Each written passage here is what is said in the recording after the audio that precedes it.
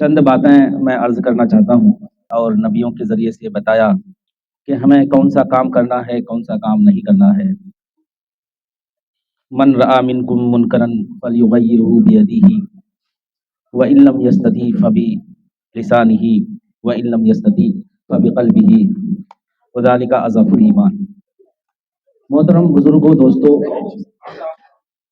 حدیث کا مفہوم ہے کہ ہم میں سے جو شخص بھی برائی کو ہوتے ہوئے دیکھے تو اولاً اگر آپ کو اتنی قوت ہے، طاقت ہے اور آپ کو بھروسہ ہے کہ فلاں بچہ اور فلاں ہمارا بھائی اور ہمارا کوئی بھی یہ برا کام کرنے جا رہا ہے، اس کو ہم اگر اس کا ہاتھ پکڑیں گے، روکیں گے تو وہ رک سکتا ہے، تو ہمیں چاہیے کہ اس کا ہاتھ پکڑ کے روکیں۔ اور یہ درجہ ابھی کے دور میں والدین کے پاس ہے اور حکومت کے پاس ہے۔ اساتذہ سے ایک طرح سے یہ چھن گیا ہے کہ اساتذہ چاہے مدارس کے ہوں یا اسکول کالجز کے ہوں، وہ اپنے اسٹوڈنٹ کو ہاتھ سے نہیں منع کر سکتے، کیونکہ ہاتھ چلانا بڑا مشکل ہے، جس کی اجازت سرکار نہیں دیتی ہے۔ لیکن والدین اپنے بچوں کو، ہم اپنے چھوٹے بھائیوں کو، بہنوں کو، ان کو اپنے ہاتھ سے روک سکتے ہیں۔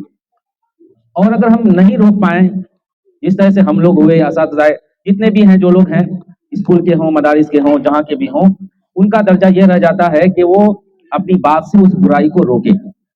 اور اگر یہ بھی خدشہ ہے کہ اگر ہم کہتے ہیں تو بجائے وہ اس کام سے رکنے کے ہم سے لڑ جائے گا اور بھی زیادہ ہو جائے گا، تو کہا ہے کہ پھر آپ اپنے دل سے برا سمجھ لیجئے کہ یہ برا ہو رہا ہے۔ چاہتے تو ہم ہاتھ سے روک دیں، لیکن وہ قوت نہیں ہے، وہ موقع نہیں ہے، اور چاہتے تو ہم زبان سے کہتے، لیکن زبان سے بھی چونکہ تجربے میں یہ سب باتیں آتی ہے، دیکھا جاتا ہے کہ ہمارے بچے، ہمارے سماج میں ہم جیسے لوگ کوئی برائی کرتے ہیں، اگر ہم اس کو ٹوک دیں تو بجائے اس کے کہ یہ غلط ہو رہا ہے، ہم کو ٹوکا جا رہا ہے تو رکنا چاہیے، نہیں بلکہ آپ پر ہی جھڑپ جائے گا اور آپ کو دو باتیں سنا دے گا وہ۔ تو ایسے وقت میں ایمان کا ادنا درجہ جو ہے وہ کہلاتا ہے کہ آپ دل سے برا مانیں، نہیں تو پھر آپ بھی اس گنہگار کی طرح آپ گناہوں میں شامل ہو جائیں گے۔ ہمارے ماحول میں، معاشرے میں یہ دیکھا جا رہا ہے کہ ہمارے بچے، ہمارے نوجوان آج برے عادتوں کی طرف چل پڑے ہیں، بڑا برا ماحول ہو رہا ہے۔ چھوٹے چھوٹے بچے جو ایسی بری لتوں میں ملوث ہو رہا ہے۔ پہلے زمانے میں لوگ دارو پیا کرتا تھا، تاری سنتے تھے ہم لوگ، بھائی تاری پیتا ہے۔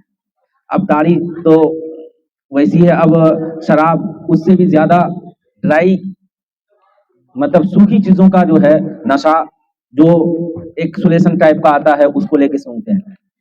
کئی بار ہم دیکھے بچوں کو، ایک بار ادھر سے بانس کے جھاڑ سے گزر رہے تھے، دیکھتے ہیں کہ ایک لڑکا بیٹھا ہوا ہے، ہم سوچے کہ لیٹنگ کر رہا ہے، پھر 2-4 دن بعد ہم بانس کاٹنے گئے، تب دیکھتے ہیں کہ وہاں پر وہ پنی پڑا ہوا، تب پتا چلا کہ یہ کچھ سونگ رہا تھا۔ یہ بیماری مطلب ایک عناصر کی طرح ہمارے سماج میں ایسا ہو رہا ہے کہ ایک کی وجہ سے دوسرا بچہ خراب ہو رہا ہے، دوسرے کی وجہ سے تیسرا خراب ہو رہا ہے۔ تو باہر کا آدمی آپ کو سدھار نہیں دے گا، ہمیں اپنے بچوں کو خود سدھارنا ہے، ہمیں اپنے گھر کو خود سدھارنا ہے، اور اس سے پہلے ہمیں اپنے آپ کو سدھارنے کی ضرورت ہے۔ جب ہماری عادتیں صحیح نہیں ہوگی تو ہمارے بچے بھی ہماری بات نہیں مانیں گے۔ باتیں بہت ساری ہے کہنے کی۔ ایک شراب کا ایک واقعہ جو حدیثوں میں ہے، مستند کتابوں میں ہے، ایک واقعہ سناتے ہوئے میں اپنی بات کو ختم کروں گا۔ جو ایک صحابی حضرت عثمان رضی اللہ تعالیٰ عنہ سے مروی ہے، حدیث کی سنن کی روایت ہے کہ ایک واقعہ ہے کہ ایک زمانے میں ایک بزرگ، بڑے عالم اور متقی پرہیزگار آدمی تھا، نیکوکار آدمی تھا، لوگ ان کے پاس آتے تھے دعا خیر کے لیے۔ اور اسی زمانے میں ایک عورت تھی، بہت ہی مالدار اور پیسے والی عورت تھی، بہت ہی خوبصورت۔ تو اس کا دل اس عالم پر اور زاہد اور نیک آدمی پر آ گیا، کہا کہ چلو اس کو آزماتے ہیں۔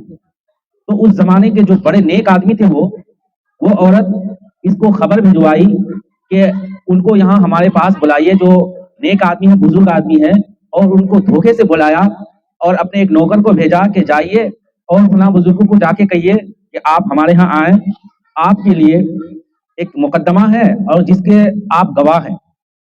تو یہ سوچے کہ شاید ہو سکتا ہے کہ ہمارے سامنے کوئی بات ہوئی ہوگی، تو یہ سوچ کر کے شاید کوئی بڑا معاملہ ہوگا جس کی گواہی دینے سے وہ معاملہ حل ہو جائے، تو کیوں نہ چلا جائے. یہ چلے چلتے چلتے جب اس عورت کے گھر پر گئے, ایک دروازہ کھولا, دوسرا دروازہ کھولا, تیسرا کھولا, چوتھا, جب آخر کمرے میں پہنچے تو دیکھتے ہیں وہ بزرگ کی ایک عورت ہے, بہت ہی حسن و جمیل, ہاں بہت ہی خوبصورت. وہاں پر شراب کا ایک گلاس رکھا ہوا ہے, خوبصورت لڑکا ہے, ایک چھوٹا سا بچہ ہے. تب وہ لڑکی, وہ عورت کہنے لگی کہ میں آپ کو کسی مقدمے کی گواہی کے لیے نہیں بلایا اور نہ کسی کام کے لیے بلایا, بلکہ آپ کو میں اپنے لیے بلایا کہ آپ آئیں اور آپ ہماری مطلوبہ, ہم جو چاہتے ہیں ہماری خواہش کو پوری کریں. کہا کہ نعوذ باللہ, ایسا ہم سے نہیں ہو سکتا ہے, ہم تو یہ سوچ کے آئے تھے کہ کوئی مقدمہ ہے جس کی گواہی ضروری ہے اس لیے پہنچے. کہا کہ نہیں, آپ کو 3 چیزیں ہیں, یا تو آپ ہم سے ہماری خواہش پوری کیجیے, یا یہ چھوٹا بچہ ہے اس کو قتل کیجیے, یا تیسرا کام ہے یہ شراب ہے, اس شراب کو پی لیجیے.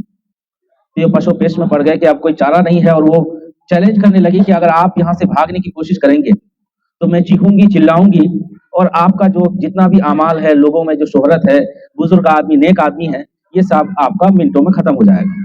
تو عزت والا آدمی مرنا پسند کرتا ہے لیکن اپنی عزت گنوانا پسند نہیں کرتا ہے. تو وہ کہا کہ اے اللہ, ہم کیا کر سکتے ہیں. تو وہ سوچا کہ ان تینوں چیزوں میں قتل سب سے بڑا گناہ ہے, اور بدکاری کرنا سب سے بڑا گناہ ہے, اور شراب چونکہ اسلام سے پہلے پیا کرتے تھے لوگ, یہ چھوٹا گناہ ہے, یہ بھی حرام ہے, چلو ہم اسی کو کر لیتے. اور وہ شراب پیے, شراب میں نشہ ملا ہوا تھا اور کچھ ملا ہوا تھا. پینے کے بعد, شراب پینے کے بعد انسان اپنے بس میں نہیں رہتا ہے, اور شراب پینے کے بعد وہ اپنے آپا کھو دیا. اور وہ عورت اسی کی طاق میں, چونکہ وہ یہ سب کروانا تھا اس کو, چاقو اس کے ہاتھ میں دیا, اب دیکھتے کیا ہو, اس کو قتل کرو. اس بچے کا سر تن سے جدا کر دیا. اور پھر تیسرا جو کام تھا اس کی خواہش پوری کرنا, بدکاری کرنا, وہ بھی کر لیا. تو شراب اور نشہ ایسی چیز ہے کہ انسان ماں بہن بیٹی بھائی بہن کسی کو کچھ نہیں سمجھتا.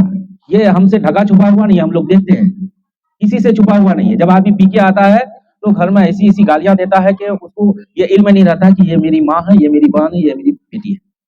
تو اللہ تبارک و تعالی ہم سبوں کو ایسی وباؤں سے, ایسی برائیوں سے ہم سبوں کی حفاظت فرمائے.